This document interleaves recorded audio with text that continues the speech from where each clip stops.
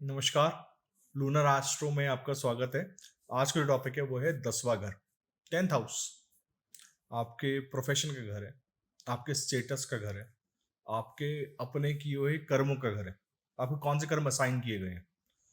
10वां घर ना सिर्फ आपका प्रोफेशन नहीं है। प्रोफेशन एक लाइफ का एक पार्ट हो सकता है। आपके कर्म है, बहुत सारे कर्म है। और इन कर्मों को कंट्रोल करने के लिए आप किस तरीके से किसी भी कर्म को डिस्पोज ऑफ करते हैं, आप कहाँ पे अपनी आके एनर्जी यूज करते हैं, आप कहाँ पे आके हार्ड वर्क करते हैं, वो 10वें घर का मालिक बताता है, 10वें घर का स्वामी बताता है। 10वें घर के अंदर कुछ प्लांट्स है जो बहुत अच्छा काम करते हैं, क्योंकि ना ये बहुत ठंडा घर है। इसके जस्ट अपोजिट चंद्रमा का घर है, 4 नंबर, जो कि बहुत आराम मांगता है। अब देखिए, कोई भी ग्रह चौथे घर में होता है, उसकी जब भी दशा आएगी तो आपको क्या मिलता है? आपको घर मिलता है, गाड़ी मिलती है, वाहन, सुख, जितने भी प्रकार के सुख है ना, वो 10वें घर से हैं। और सुख के जस्ट अपोजिट ये दुख का घर है, शनि का घर है। लेकिन जो लोग अपने काम को करने में बहुत खुश होते हैं, वो इस दुनिया में सबसे सुखी व्यक्ति होते हैं, क्योंकि वो कर्म को एक्सेप्ट कर लेते हैं। आपको ना, जैसे भगवत गीता कहती है ना, कोई भी कर्म परफेक्ट नहीं मिलेगा। आप किसी भी प्रोफेशन में जाएंगे, आप सोचेंगे ना ये परफेक्शन हो जाए, ये मेरा ड्रीम वर्ड बन जाए, केतु 10वां घर, ड्रीम वर्ड। हमेशा बोलता हूँ 10वां घर केतु, एलिस इन वंडरलैंड। कि आप जो सोच रहे हो, आपके जो ख्वाबों ख्यालों की दुनिया है, आप जो सोचे कि परफेक्टली अलाइंड मिल जाएगा 10वां घर, वो मिलेगा ही नहीं। और अगर यहाँ पे राहु आ जाए ना 10वें घर में, मैं सारे प्लांट्स डिस्कस करूंगा।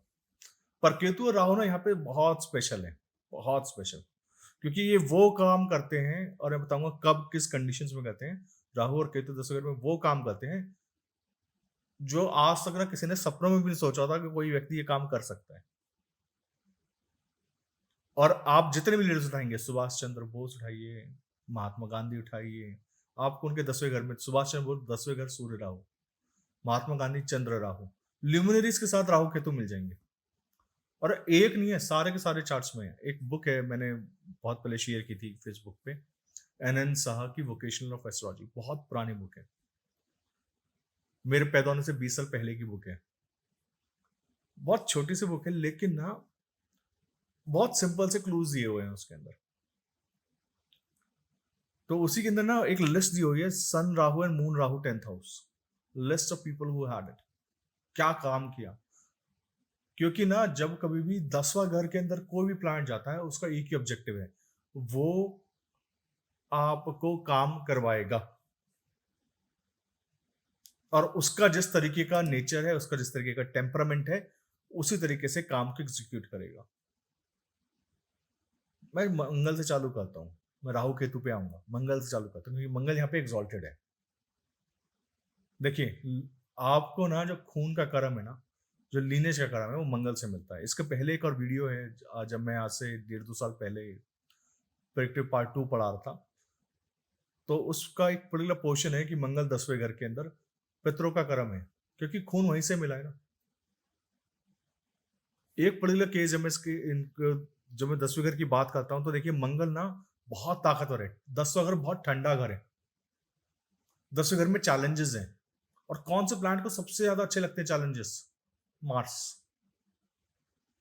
मार्स को आप चैलेंज नहीं देंगे ना, मार्स पागल हो जाएगा। जिसके आपके चार्ट में जहां पर भी मार्स है, जब तक वहां पर आप प्रॉब्लम सॉल्व नहीं करेंगे, जब तक आप वहां पे अपनी शक्ति का व्यय नहीं करेंगे, तब तक आपको लगेगा ये ना मजा नहीं आया। क्योंकि ना उस मार्स को ना चैलेंजेस सॉल्व करने में मजा आता है।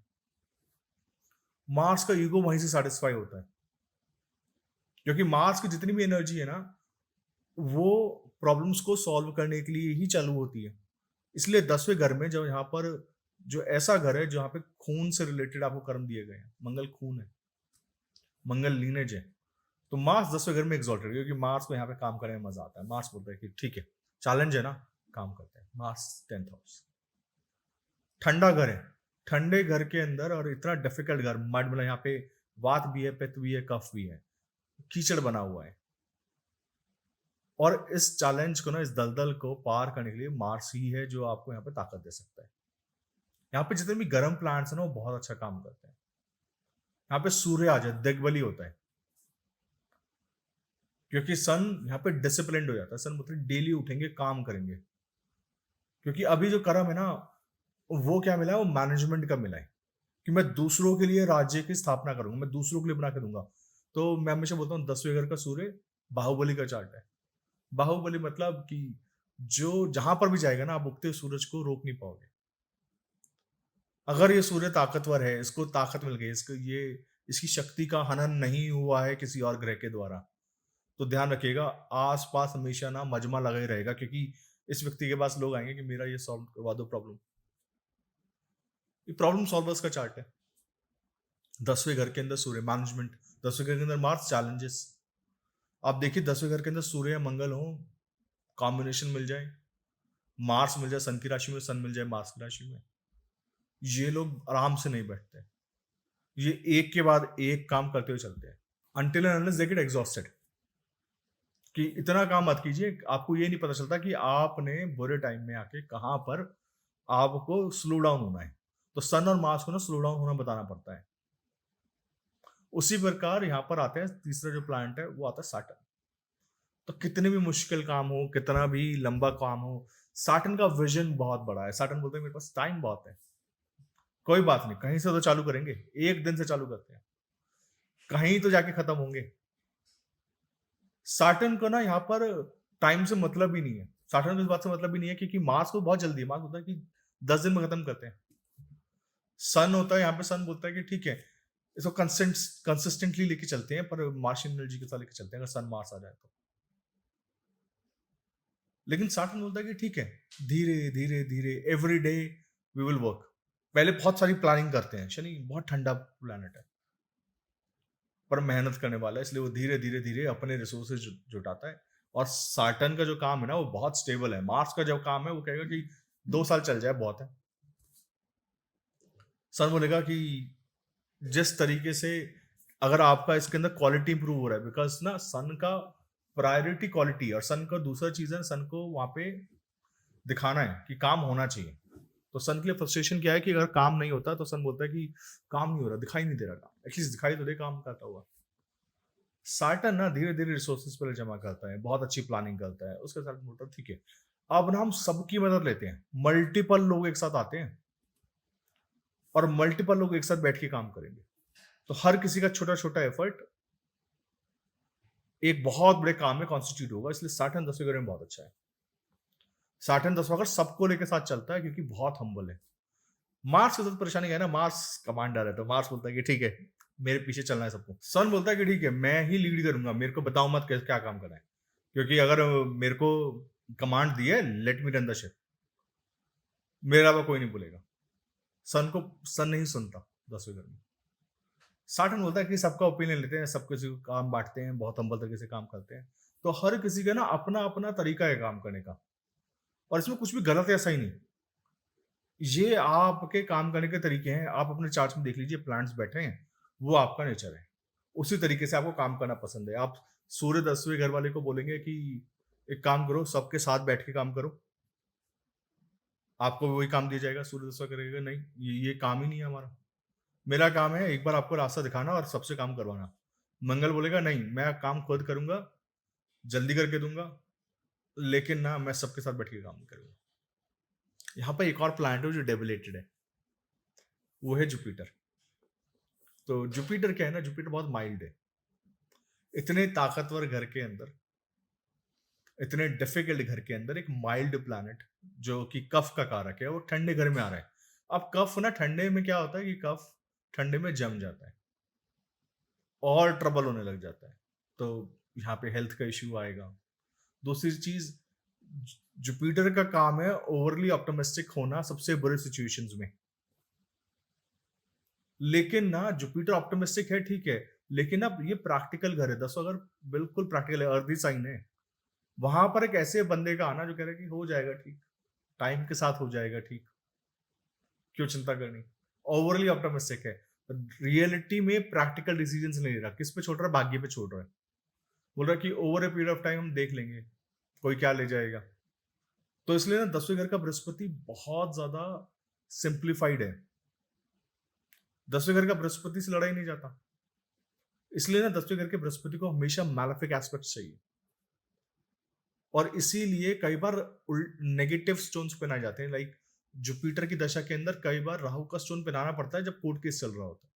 जुपिटर की महादशा के अंतरदशा के अंदर कई बार सैटर्न का स्टोन पहनाना पड़ता है जब उसको प्रमोशन नहीं मिल रहा होता। Reason being is a person, वो बंदा अपने लिए आवाज ही नहीं उठाता। बृहस्पति 10वां घर के अंदर जब तक सैटर्न, राहु, मार्स ऐसे प्लैनेट नहीं मिले तब तक ना वो जुपिटर को इफेक्ट नहीं आता। और जुपिटर बहुत ऑप्टिमिस्टिक है। जुपिटर बोलता है एक्सपैंड करते हैं। जुपिटर का पोर्टफोलियो क्या है? एक्सपेंशन। जुपिटर का पोर्टफोलियो सलाह देना। तो ऐसे लोग स्ट्रैटेजिस्ट बहुत अच्छे बनते हैं कि दूसरे को सलाह दे ली। ऐसे लोग कंपनी के अंदर पॉलिसीज बहुत अच्छी बनाते हैं। ऐसे लोग ऐसे बहुत अच्छे काम करते हैं। पर ये 10वां घर है ना, जुपिटर डेबिलिटेड है, तो कोई इज्जत नहीं कर रहा उस बंदे की पॉलिसी की। वो उनको लग रहा है ये तो सिंपल एडवाइस है, वैल्यू नहीं हो रही 10वें घर के अंदर। तो जुपिटर को वैल्यू दिलवाने के लिए नहीं, यहाँ पे कोई ना कोई और बंदा चाहिए। जैसे जुपिटर के साथ मार्स आ जाए, तो जुपिटर में मार्स की अंतर्दशा अच्छी जाती है। क्यों? क्योंकि मार्स जो है जुपिटर का फ्रेंड है, यहाँ पे एक्सॉल्टेड है। और अगर उसका कनेक्शन कहीं से भी 10वें घर से बन जाए तो जुपिटर को उसके दोस्त सपोर्ट कर देते हैं। मार्स के दोस्त हैं, भाई हैं, सिबलिंग्स हैं, ये सपोर्ट कर देंगे। यहाँ पे सैटर्न मिल जाए जुपिटर को, तो सैटर्न बोलेगा नहीं, हारना नहीं है बीच के अंदर। यहाँ पे सिर्फ एडवाइजिंग से काम नहीं चलेगा, you have to be harsh. यहाँ पे ना तुमको बिल्कुल बदतमीजी से बात करनी पड़ेगी। तुमको बताना पड़ेगा कि देखो ये काम इस तरीके से नहीं होगा। वो सैटर्न की कड़वाहट चाहिए जुपिटर के अंदर। जुपिटर 10वें घर में लाल किताब कहती है मंदिर मत जाइए। क्यों कह रही है लाल किताब मंदिर मत जाइए? क्योंकि ना आपके अंदर इतनी मिठास ना भर जाए, जुपिटर ना बहुत मीठा प्लैनेट है, वो इतनी मिठास ना भर जाए कि आप कड़वा ना बोल पाओ। क्योंकि कर्म में ना कई बार आपको ऐसे डिसीजन लेने पड़ते हैं तो कई बार किसी को अच्छे नहीं लगेंगे, लेकिन वो जरूरी है। आप हर किसी को उसकी मर्जी नहीं चलाने सकते। जुपिटर वाला जो बंदा है ना, उससे लोग कंट्रोल नहीं होते क्योंकि वो सिर्फ एडवाइजर है। तो एडवाइजर को बोलते हैं तो एडवाइजरी तो है बस, रूल थोड़ी है। ये तो गाइडलाइन है ना, गाइडलाइन को तो हम लांग सकते हैं। कौन सा पनिशमेंट मिल जाएगी? पनिशमेंट नहीं है ना, जब तक आप देखिएगा लाइफ में आप किसी को उसके की हुई की पनिशमेंट वापस नहीं देंगे। अगर आप किसी भी अथॉरिटी पे बैठे हैं, people take it for granted. उनको लगता है तो कोई बात है ना, बोलती तो है। आप अपने क्लास में देख लीजिए, तो सबसे अच्छे टीचर रहे होंगे, सबसे लीनियंट रहे होंगे, उनकी क्लास में सबसे ज्यादा शोर मचाते हैं। कोई ऐसा टीचर हो जिसको जो आते ना 2 बार मारे और उसके बाद आप सारे बच्चे चुप हो जाते हैं। तो ये जो शनि की कड़वाहट है ना, बृहस्पति के अंदर मिलनी चाहिए। यहाँ पे सपोर्ट होना चाहिए जुपिटर को, मार्स का हो, सैटर्न का हो, राहु का हो, लेकिन कोई सपोर्ट होना चाहिए। तो ये इंसान है, तो ये बृहस्पति बच पाता है। नहीं तो ना यहाँ पे बृहस्पति बच नहीं पाएगा। इसलिए ऐसे लोग ना, जब बृहस्पति अकेला होना और केंद्रों में स्पेशली, मैं बोलता हूँ यार बिजनेस मत कर, मत, तेरे से ना होगा नहीं। क्योंकि जितने तरीके से, जितनी चालाकी करनी पड़ती है ना बिजनेस के अंदर, जितनी चीजें करनी पड़ेंगी, वो आपसे होगी नहीं। छोड़ दो, फोकस ऑन कि मैं और कौन सा काम कर सकता हूँ। एडवाइजरी का काम अच्छा कर सकते हो, वो कर लो। टीचिंग का काम अच्छा कर सकते हो, जॉब अच्छा कर सकते हो। जहां पे जाओगे, मतलब बृहस्पति 10 है ना, आपने जिसके काम में आके हाथ डालना है उसने एक्सपैंड हो जाना है यार, बहुत सिंपल है। आप देख लो, बृहस्पति 10, बृहस्पति 1, बृहस्पति 7, मतलब बृहस्पति केंद्र का हो कहीं पे भी, या बहुत मैग्निफिशियंट प्लांट लाइक चंद्रमा के साथ बैठा हो, ऐसे व्यक्ति खाली दुकान पे आके खड़ा हो जाए ना, उसकी दुकान पे भीड़ लगनी चालू हो जाती है। वो जिसको छू ले तो सोना बना दे, ये है बृहस्पति। पर यहाँ पर ना वो 10वें घर में है, खुद नीच का है, इसलिए ना उसको सपोर्ट चाहिए होता है। यहाँ सपोर्ट नहीं मिलता, यही सबसे बड़ी दिक्कत है मासिस का। क्योंकि चौथा घर मासिस है ना, तो 10वें घर में अकेली चढ़ाई अकेली है। केतु इसका कारक ग्रह है 10वें घर का। जिस तरीके से राहु चौथे घर का है ना, केतु 10वें घर का कारक ग्रह है। बृहस्पति से नहीं जलता चौथा 10वां घर, क्योंकि 10वें घर में मासिस नहीं है। 10वें घर में प्रैक्टिकलिटी है। तो ऐसा व्यक्ति धर्म भी फॉलो करता है ना, उसको साइंस पसंद आता है धर्म के अंदर भी। वो बोलता है कि ठीक है, साइंस तो फॉलो कर, धर्म तो फॉलो करेंगे, इसके पीछे का साइंस बताओ पहले। प्रैक्टिकलिटी चाहिए, विश्वास नहीं करता। क्योंकि कैंसर तो धर्म पे चल जाता है, कैंसर तो भरोसे पे चल जाता है, ये प्रैक्टिकल अगर नहीं चलते। तो उसको हर चीज में रिजल्ट्स ढूंढने हैं, उसको हर चीज में इफेक्ट्स ढूंढने हैं, जो कि अच्छी बात है, बुरी बात नहीं है। जुपिटर के बाद जो ग्रह आता है वो आता है मरकरी और वीनस। ये 2 ग्रह हैं, पर ये दोनों के दोनों ना कैटलिस्ट हैं, हमेशा ध्यान रखिएगा। इन दोनों ग्रहों का अपना इफ़ेक्ट नहीं है, पर ये जिस ग्रह के साथ मिल जाते हैं, जिस घर में बैठ जाते हैं, वहाँ पे कैटलिस्ट एजेंट की तरह काम करते हैं। वहाँ पे कुछ और चीज़ें प्रोवाइड करवा देते हैं। मरकरी का काम है जिसके साथ भी लगकर बैठना, वहाँ पर हाइपर एक्टिविटी कर देना। और शुक्र का काम है जिसके साथ भी बैठना, उसको रिफाइन कर देना। ये दोनों के दोनों ग्रह ना अपने से ज़्यादा कैटलिस्ट की तरह काम करते हैं। एक तरीके का फ़िल्टर है, एक रिएक्शन है और एक फ़िल्टर है। तो शुक्र हमेशा फ़िल्टर की तरह काम करेगा, बुध हमेशा कैटलिस्ट की तरह काम करेगा, कि रिएक्शन बढ़ा दिया है। 10वें घर में बुध हो, ऐसा व्यक्ति सोचता है एक बारी में 3 काम करूँ, या जिस भी काम में जाऊँ वहाँ पर ना मैं हायरार्की बना दूँ कि ये काम पहले, ये काम दोपहर में, काम शाम। बहुत ऑर्गेनाइज़ तरीके से काम करने का जो तरीका है वो बुध 10वें घर का है। बुध 10वें घर के अंदर अगर इसको सपोर्ट अच्छे प्लान्स का मिल जाए, तो ये जुपिटर को हेल्प करेगा किसमें? एक्सपेंशन में। अब जुपिटर खुद डेबिलिटेड है, एक्सपैंड करे जा रहा है, तो उसको ना रियलिटी नहीं पता। यहाँ पे मार्स के साथ मरकरी मिल जाए, ये लगाइए कि ये व्यक्ति ना चुप ही नहीं होता, काम ही इसका खत्म नहीं हो सकता। क्योंकि एक बारी में ये 5-6 काम करने का सोचता है। मरकरी बोलता है कि आराम से नहीं बैठना, एक साथ 4 काम करेंगे। शुक्र मिल जाए ना, शुक्र बोलता है क्लासिक काम करना है, ये मल्टीपल काम छोड़ो, एक काम करते हैं, एक ही प्रोडक्ट बनाएँगे, लेकिन जो बनाएँगे ना वो परफेक्ट होना चाहिए, उसकी पैकिंग परफेक्ट होनी चाहिए। जॉब करनी है तो जॉब भी परफेक्टली देखेंगे। अपने काम के अंदर कोई कोताही नहीं बरती जाएगी, शुक्र 10वें घर। एक्सट्रीमली डिटेल्ड आई देता है शुक्र 10वें घर के अंदर या किसी भी घर के अंदर। लेकिन 10वें घर में तो कर्म बन गया ना, तो हर चीज़ लाइफ के अंदर हर एक पैटर्न अब डेली का, ये व्यक्ति ये सोचता है कि मैं इसको किस तरीके से और अच्छा कर सकता हूँ। मैं कैसे क्वालिटी और इम्प्रूव कर सकता हूँ। ये शुक्र 10वां घर है। अब इसके बाद ना 2 प्लैनेट्स है, राहु और केतु। राहु ना 10th हाउस का एक वीडियो है। उसका लिंक डिस्क्रिप्शन में है, उसका साइट के अंदर आपको थंबनेल मिल जाएगा। उसको ज़रूर देख लीजिए। राहु 10वें घर में जब भी मिलेगा ना, आप देखना कि ऐसा व्यक्ति ना सोचता है कि मैं ऐसा कौन-सा काम करूँ जो आज तक कभी किसी ने नहीं करा।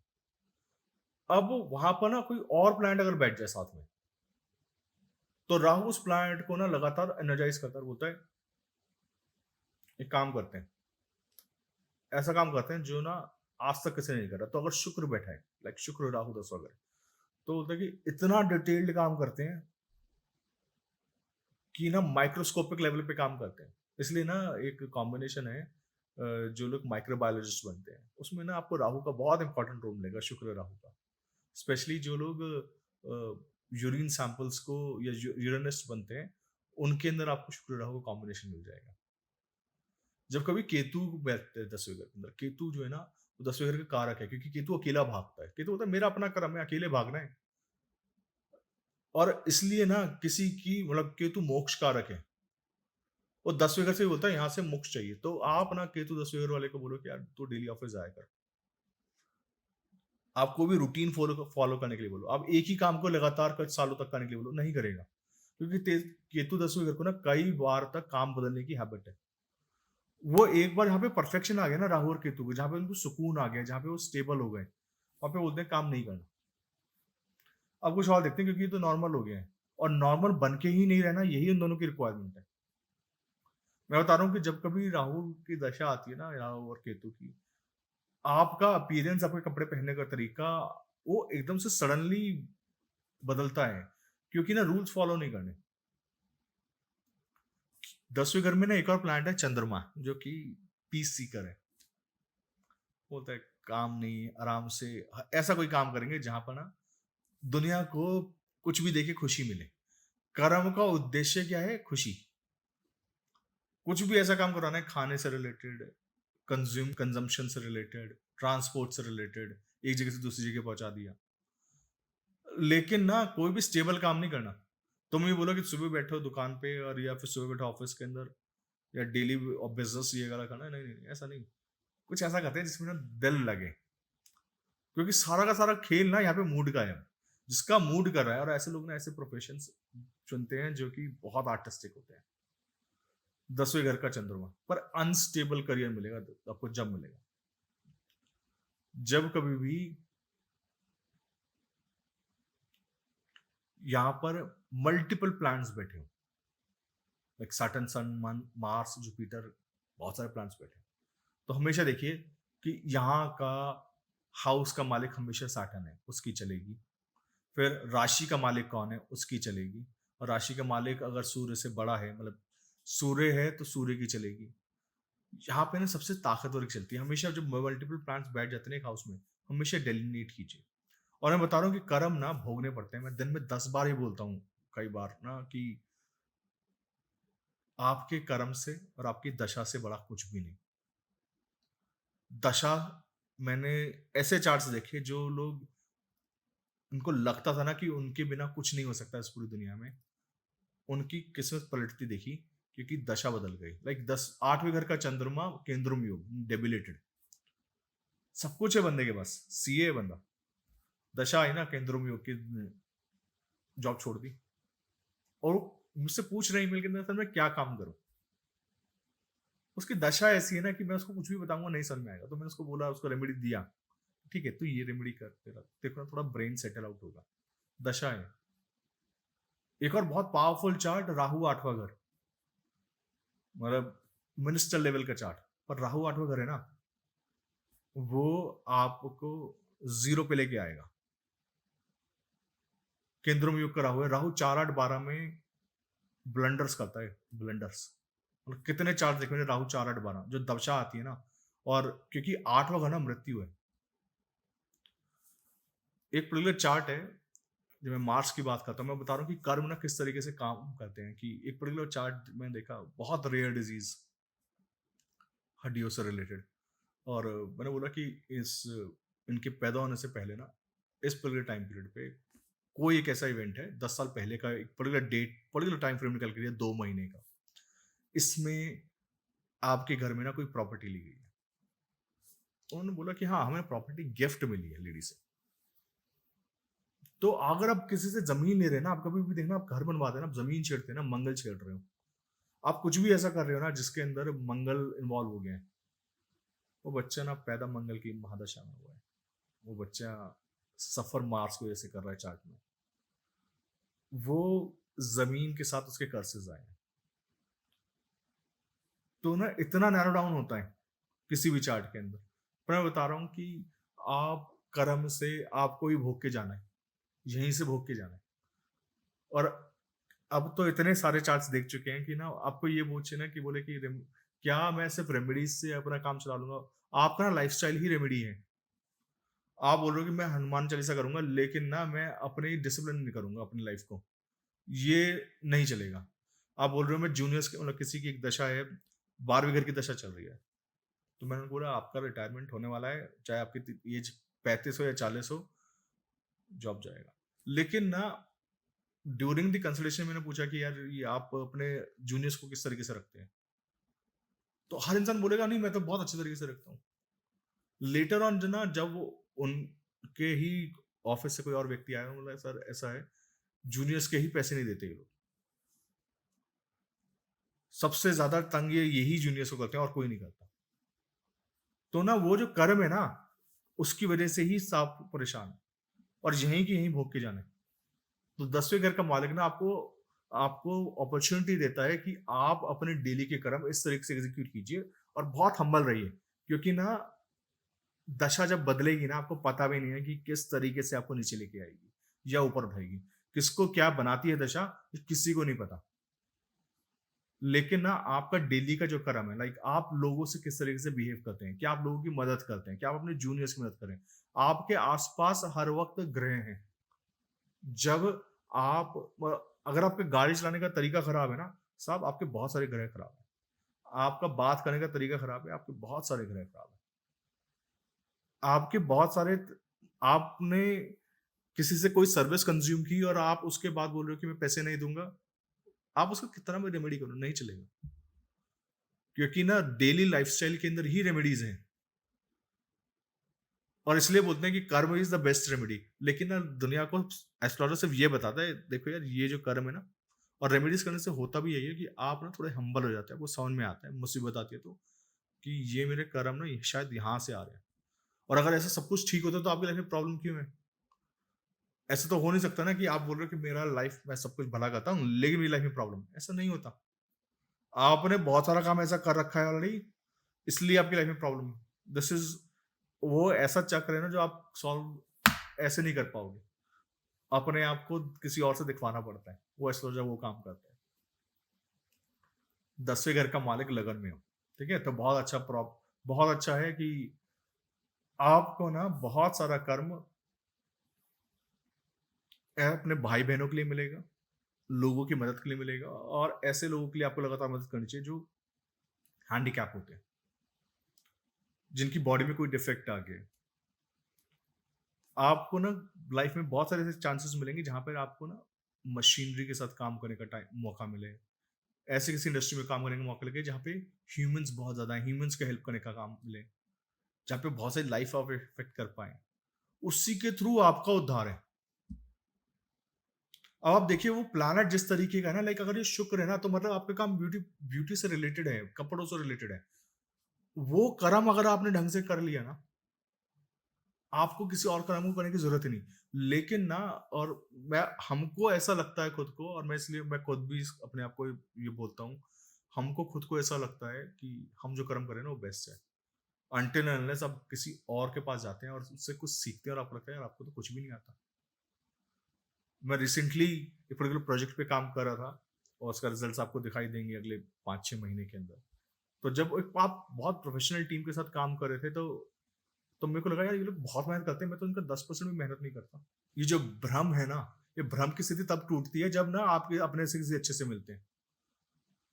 10वें घर का मालिक लगन में इसी का अपने जो कर्म दिया गया है आपको ह्यूमन से रिलेटेड आपके डिजाइन लाइक शुक्र है तो कपड़े बना रहे हो, ब्यूटी पार्लर कर रहे हो, लोगों को सजा रहे हो, स्टाइलिंग टिप्स दे रहे हो, बुध है तो उनको पढ़ाने से टिप्स दे रहे हो। आप बता रहे हो कि एक काम कर इसको इस तरीके से कर लिया कर, रिलेशनशिप्स अच्छे कर रहे हो लोग दुनिया के, अच्छी न्यूज पहुंचा रहे हो, सिबलिंग्स के लिए कुछ कर रहे हो। यही कर्म ना आपको बहुत कुछ अच्छा करवाएंगे। 10वें घर का मालिक दूसरे घर के अंदर, आपका कर्म अब परिवार से रिलेटेड है, धर्म से रिलेटेड है। धर्म क्यों? क्योंकि ये ना धर्म स्थान है। दूसरा घर कुटुंब से रिलेटेड है, खाने से रिलेटेड है। आपका धर्म ही खाना है। आपने खाने लोगों को खाना खिलाने में ही धर्म ढूंढना है। आप जितना खिलाएंगे, आप जितना अच्छा खिलाएंगे, किसी को खिलाते वक्त पिलाते वक्त मत सोचिए कि और दूसरा घर है गिफ्ट्स का है। किसी को गिफ्ट देखते वक्त मत सोचिए कि मैं कितना महंगा दे रहा हूँ। वो जब देख के खुश हो जाएगा ना, आपको अपने लिए लाइफ में बिजनेस में सडनली बहुत कुछ अच्छा मिलेगा और वो गिफ्ट्स लगातार देने चाहिए। 10वें घर का मालिक जब कभी तीसरे घर में है, हॉबीज, आपको क्या पसंद है अकेले में बैठ के काम करना, कुछ ऐसा काम जो आपको बोझ ना लगे, कुछ ऐसा काम जिसमें आपको ये लगे कि अच्छा कुछ ऐसा काम करते हैं जो बहुत दिल से पसंद हो और हर वक्त इसके अंदर ना कैटलिस्ट की तरह काम करते हैं। मतलब आपको 10th लॉर्ड थर्ड हाउस में है तो आपको ऐसे काम करने बहुत पसंद आएंगे जैसे singing, dancing, painting, writing, expression. अगर यही बिल्कुल ही मार्शन बन गया है। अब मार्स का एक्सप्रेशन कैसा है? मार्स का एक्सप्रेशन है कि मैं तलवार बनाऊंगा, मैं मूवीज ऐसी देखूंगा, उसका एक्सप्रेशन उस तरीके से है। फेसबुक पे जाके लड़ना आपका एक्सप्रेशन है क्योंकि आपने नेगेटिव निकाल लिया। मार्स है ना थर्ड हाउस में। लेकिन ना यही आप किसी को बचाने में लगा दो, वो नहीं लगाते। और पता है क्या फेसबुक का ट्रेंड है और रिसेंटली एक सर्वे में पढ़ रहा था, एक ट्रेंड है कि नेगेटिव न्यूज ट्विटर पे और फेसबुक पे सबसे ज्यादा पढ़ी जाती है और फैलती है, पर पॉजिटिव नहीं फैलती। और उसका जो रेशियो दिए गए थे ना वो उस एक्सपेरिमेंट में, लाइक किसी की गॉसिप सबसे ज्यादा फैलेगी, किसी के अच्छे काम नहीं फैलेंगे। तो ये फैलाना ही अच्छा कर्म है, अच्छी चीजें फैलाना अच्छा कर्म है ना। तो हमेशा always carry the good news. जो लोग दूसरों के बुराई में स्वाद लेते हैं इवेंचुअली वो उनका पाप खाते हैं, ऐसा बहुत सारे शास्त्र कहते हैं। इसलिए कभी भी ऐसा नहीं करना चाहिए। 10th लॉर्ड थर्ड हाउस में फोकस कीजिए कि ऐसा क्या कर सकते हैं कि डेली का रूटीन बना सकते हैं किसी मंदिर में जाना, बहुत अच्छा रेमेडी है। 10th लॉर्ड थर्ड हाउस में पेंटिंग करना सीख सकते हैं। 10th लॉर्ड थर्ड हाउस में कौन सी बुक पढ़ेंगे? बुक निकाल के लेके आइए कोई बहुत अच्छी सी। और वेलकम है सजेशन से जितने भी लोग आप बुक्स पढ़ने के शौकीन हो, मेरे को बहुत अच्छे लगते हैं। बहुत सारी अच्छी ऐसी बुक्स जो नॉन ज्योतिष रिलेटेड की मैं बात कर रहा हूँ, क्योंकि ज्योतिष तो आप लगातार पढ़ते हैं ना, फिर उसको ऑफ होने के लिए कुछ और पढ़ना पड़ता है ताकि ब्रेन काम डाउन हो जाए। 10th लॉर्ड 4th हाउस में, व्हीकल्स, समाज के अंदर ऐसे काम है, वकील, lawyers, doctors, astrologers, 10th Lord 4th house में बहुत इजीली कनेक्शन मिलेगा आपको। 10th लॉर्ड का 4th हाउस में कनेक्शन समाज के लिए बहुत कुछ करने का मौका देगा।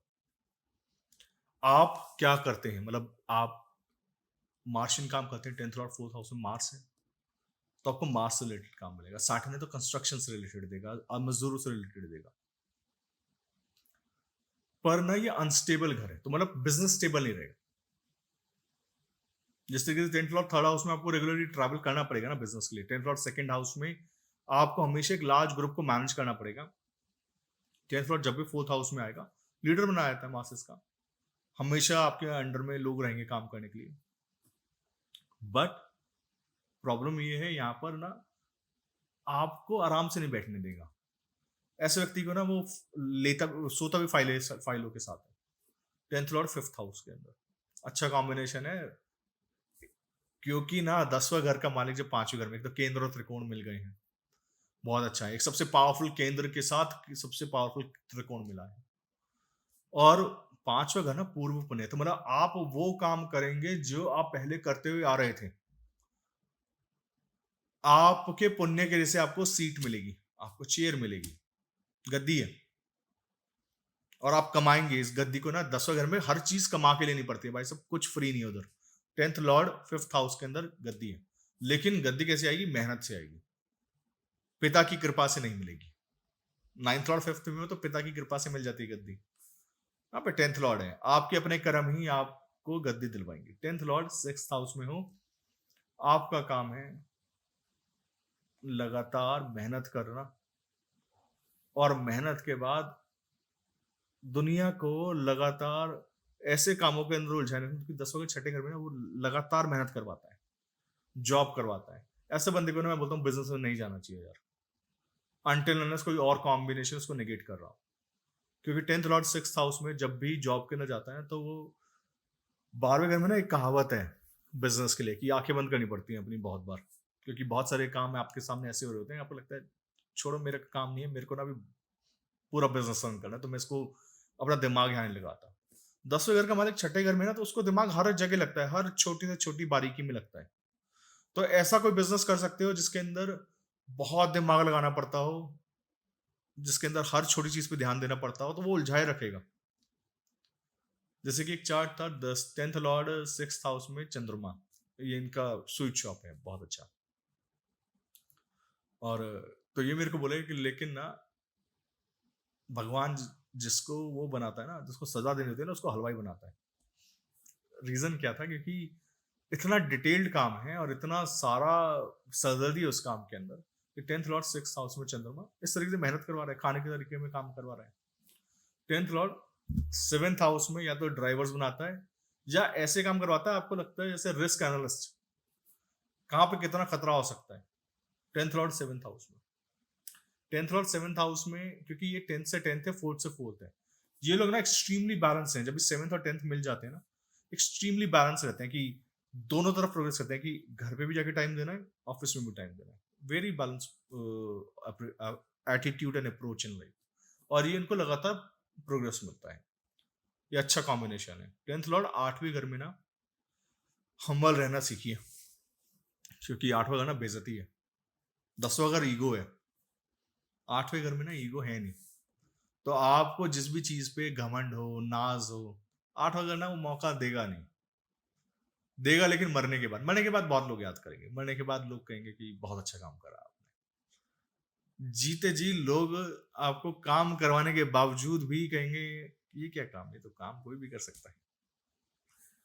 जो यूज भी कर लेंगे उस कॉम्बिनेशन को, आपको लोग आपको ऐसे फायदा भी बनाएंगे, पैसा भी बनाएंगे, क्योंकि 8वां घर ना सेकंड से अपोजिट है, तो दूसरे लोग पैसा बनाते हैं आपके नाम पे, लेकिन ना क्रेडिट नहीं मिलेगा साहब, इज्जत नहीं मिलेगी, वो जो डिजर्व करते हैं ना, वो मरने के बाद मिलेगी। उसका एक बहुत अच्छा रेमेडी में देखा कि आप हम्बल रहिए, आप बोलिए मेरा कुछ नहीं है, मैंने कुछ नहीं बनाया, नाम मत लीजिए, दे दीजिए, ऐसे दे दीजिए, कोई बात। जब आप ये करने लग जाते हैं ना, तो वो 8वां घर सेटिस्फाई हो जाता है, वो आपको उसके बाद जो देता है वो कई गुना ज्यादा बड़ा होता है। 10th लॉर्ड 9th हाउस में, और मैं बहुत 8वें घर के अंदर मैं बहुत अच्छा टाइम दे रहा हूँ, क्योंकि कमेंट था कि सर 7वें घर 8वें घर तक तो बहुत अच्छा पढ़ाते हैं, 9th से 12th ना सर भागते चले जाते हैं, शायद वीडियो की लेंथ की वजह से। पर ऐसा नहीं है, वो मैं कभी भी स्क्रिप्ट्स नहीं लिखता, तो मेरे दिमाग में जो आता है मैं पढ़ता हुआ चलता हूँ। 10th लॉर्ड 9th हाउस में। अब क्या है ना, जिसका काम है रूल्स बनाना, वो गाइडलाइन की उसमें आ गया, कि वो सिर्फ गाइडलाइंस बना रहा है। तो ऐसा व्यक्ति ना लगातार जॉब नहीं कर पाता। बोलता है कि मैं डायरेक्टर बना दो, मेरे को असिस्टेंट डायरेक्टर बना दो, विजिटिंग प्रोफेसर बना दो, इस टाइप के काम करता है सलाह देने वाले। और ऐसे लोग ना एडवाइजर्स बहुत अच्छे बनते हैं, ऐसे लोग टीचर्स बहुत अच्छे बनते हैं, क्योंकि ना वो आपको इवेंचुअली उठा रहे होते हैं। मतलब अगर हो सके ना तो टीचर्स सिर्फ उनको बनना चाहिए जिनके अंदर ना विजडम हो, क्योंकि टीचर ना आपको वो काम करवाता है जो आपकी पूरी जिंदगी बदलता है। टीचर सबसे इंपॉर्टेंट जॉब है। टीचर्स ना सिर्फ सब्जेक्ट का नहीं, वो आपको सब्जेक्ट के माध्यम से बहुत कुछ और सिखा रहा होता है। 10th और 9th हाउस के अंदर। अच्छा, एक कॉम्बिनेशन में भूल गए, 10th और 5th में था, तो मैं हमेशा बोलता हूँ कि मंत्र का जाप बेस्ट रेमेडी है। किसी भी एक मंत्र का जाप, keep on following, keep on reading. मंत्र का मतलब सिर्फ कीलक मंत्र नहीं या शाबर मंत्र नहीं। मंत्र का मतलब ये भी है कि आप किससे लगातार सीख रहे हैं, वो आपको क्या सिखा रहे हैं, क्या मंत्र है लाइफ का। 10th और 5th में, 10th और 9th में हो ना, ऐसे भी टाइम पे भी व्यक्ति को लगातार सीखते रहना चाहिए, हम्बल रहना चाहिए। व्यक्ति बहुत ऊपर रहता है, ऐसे व्यक्ति की पढ़ाई और एजुकेशन खत्म नहीं होती, ऑन द जॉब ट्रेनिंग रहता है हमेशा। क्योंकि ऐसे व्यक्ति ना हमेशा deep end of the pool पे जाते हैं और बोलते हैं अब ये सीख के देखते हैं, अब इस कर्व को ऊपर लेकर आते हैं, अब देखते हैं कि क्या हम ये भी कर सकते हैं। तो they are always in the pursuit की क्या हम इससे भी अच्छा कर सकते हैं, क्या हम इससे बेटर बना सकते हैं। 10th लॉर्ड 10th हाउस में बहुत स्टेबल है, बहुत अच्छा काम करता है। और ऐसे व्यक्ति अगर कारक है, जैसे मैंने स्टार्टिंग में बोला कि अगर वो ताकत है उसके अंदर, उसको उसके फ्रेंड्स साथ में मिल जाए, मतलब कोई भी जो घर है ना, वो सबसे अच्छा पता है काम करता है कि 10th लॉर्ड में 10th हाउस में बैठा हो, उसका एक दोस्त साथ बैठा हो, और उसका एक दोस्त एग्जॉल्टेड होके या बहुत अच्छी पोजीशन से उसको देख ले, तो समझ लीजिएगा करियर लाइफ टाइम अच्छा है, उसको कभी जिंदगी में दिक्कत ही नहीं आनी, क्योंकि उसका इतना सपोर्ट सिस्टम आ गया। कोई भी व्यक्ति ना, ये प्लांट्स ना ग्रहों की लोगों की तरह काम करते हैं। आपको कितने लोग हेल्प करते हैं, तो खाली प्लानट कभी भी अच्छा नहीं करेगा। कि मार्स भी अगर अकेला है तो कब तक करेगा, कब तक आप ताकत लगाओगे। एक टाइम बाद आके तो ना आपको सूर्य की हेल्प चाहिए होगी ना, एक टाइम बाद आके तो आपको वहां पे सैटर्न का एस्पेक्ट चाहिए होगा, सैटर्न का पुश चाहिए होगा। सैटर्न मार्स क्या करते हैं, चैलेंज बनाए रखते हैं। मंगल, सैटर्न बोलता है कि ठीक है नया चैलेंज है, मार्स बोलता है ठीक है चैलेंज एक्सेप्टेड, चलो अब ये करके दिखते हैं। हिम्मत नहीं आती सैटर्न मार्स 10th में। इसलिए 10वें घर के अंदर अगर कोई प्लांट बैठा है, उसके कारक को उसका फ्रेंड, उसका दोस्त एस्पेक्ट है उसके साथ बैठ जाने चाहिए। 10वें घर का मालिक 11वें घर में हूं। अब 11वां घर ना उत्पात का घर है, जय का घर है। ऐसे व्यक्ति जिस काम में हाथ डालता है जीतता जरूर है। 10वें घर का मालिक 11वें घर में हो, ये वो कॉम्बिनेशन है जहां पर व्यक्ति को बहुत ज्यादा ईगो आता है अपने अपने अच्छे कामों की वजह से। ईगो को खत्म करना चाहिए और सोचना चाहिए कि ये सारा काम मैं नहीं करा। 10वें घर का मालिक जब भी 11वें में है ना, तो हमेशा एक रेमेडी है कि आप अपने किए हुए जितने भी काम है उसका श्रेय बाकी लोगों को दें। 10वें घर का मालिक जब भी 11वें में है, तो आप ना हमेशा जो आप क्या बोलते हैं, किसी प्रोजेक्ट को करने के लिए आप जाते हैं, उस प्रोजेक्ट के अंदर हमेशा आपको देख लीजिएगा, हमेशा आउटसाइड द हेल्प की जरूरत है।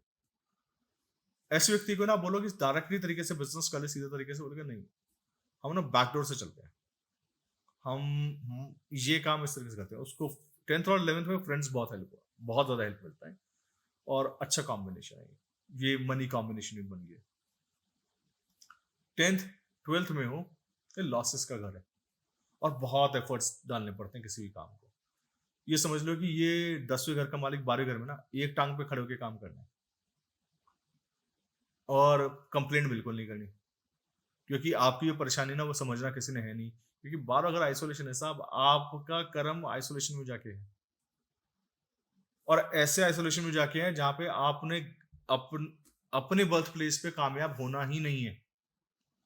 तो यहाँ पर ना आप अपना जितना जल्दी बर्थ प्लेस छोड़ के किसी और जगह जा सकते हैं या किसी और सिटी में जाके आप प्रोग्रेस कर सकते हैं, वो ज्यादा अच्छा है। 10th और 12th हाउस में ना कन्फाइनमेंट है कि आपके पास ना रिसोर्सेज नहीं है, आपको कई बार बहुत फ्रस्ट्रेशन होगा 10वें घर का मालिक 12वें में हो तो। और वो फ्रस्ट्रेशन का कारण ये है कि 12वें घर में ना रिसोर्सेज नहीं मिलते, 12वें घर में लोग नहीं मिलते, प्रोमिस मिलते हैं सिर्फ। और दूसरी चीज कि आपको प्रैक्टिकलिटी नहीं आती, आपसे जॉब नहीं होगा, परेशानी ये है। तो आपसे जॉब नहीं होगा तो आप क्या करोगे, बोलोगे यार मैं अपना बिजनेस करता हूँ, चलो बिजनेस करने जाओगे तब भी आपको ना लोग नहीं मिल रहे ढंग से, आपको इतना सपोर्ट सिस्टम नहीं है। लेकिन 12 अगर विजडम का है तो ऐसे लोगों को ना हमेशा बहुत अच्छा wisdom over a period of time मिलता है। और 12वां घर का जो एज है वो 37 है। 37 की एज के अंदर, पाइसेस के अंदर बहुत अच्छा एक चेंज आता है लाइफ के अंदर। 10th लॉर्ड में 12 घरों में था। आई होप कि लेक्चर एंजॉय किया होगा, आपने कुछ सीखा होगा। फ्री कोर्स का लिंक डिस्क्रिप्शन में है, वो वापस चलने लग गया है। And I hope to see you guys next time. Thank you, bye bye.